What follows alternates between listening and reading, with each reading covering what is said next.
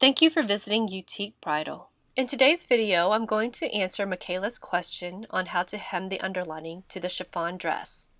She asked, do you do the underlayer the same way? So let's get started on how I did the underlining. So first you just use a marking tool, and I just happen to use this disappearing ink.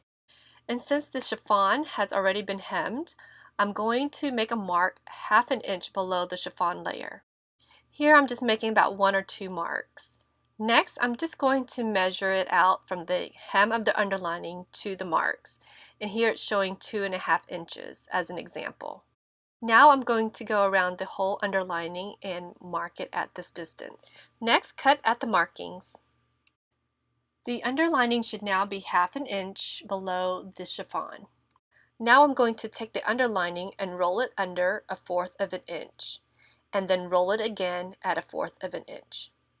And now you could take it to the sewing machine to sew the hem, and you are complete. Thank you, Machaela, for your inquiry, and I know it will help others as well.